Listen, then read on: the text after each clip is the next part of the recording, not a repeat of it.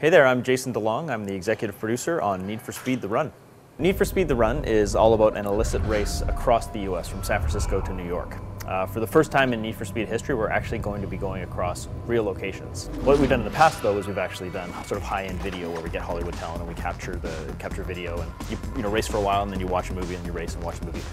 One thing we wanted to do this year was really keep the player engaged all the way through, from the beginning to the end, from the race, always feeling like you're in this story, you are this character. Again, which is a new thing for Need for Speed, never actually playing an individual character before. So for E3 this year, Need for Speed: The Run is actually showcasing our Chicago level. And what we wanted to do with the Chicago level is actually showcase something that's a really big innovation for Need for Speed this year, which is the concept of action driving in a way that we've never done before. The concept of the Chicago level is that you're about 2/3 of the way across this race across the country. Without getting into the story point specifically, there is a mob presence in Chicago that's actually interested in the fact that you're there. And you're in the middle of this race as you're zipping through the streets of Chicago in downtown at night. About halfway through the race, though, the race is actually interrupted by the mob presence, and the character is forced to get out of the car, which is one of the really big innovations that we're doing this year. For the first time in Need for Speed history, we actually push the story forward both in and out of the vehicle.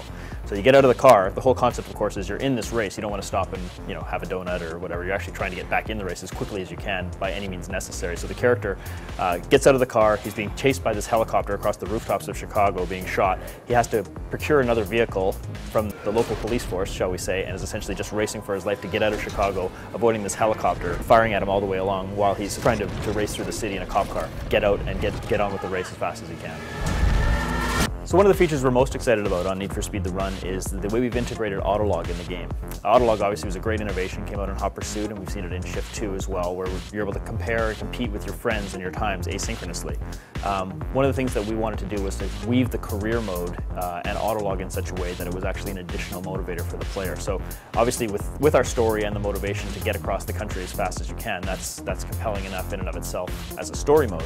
But we've added the additional layer of the Autolog functionality, so you're actually comparing your times with your friends across the country, and you actually want to beat your friends stage by stage across the country to see who can get to New York fastest. So that's one of the new features that we've implemented that we're really excited about.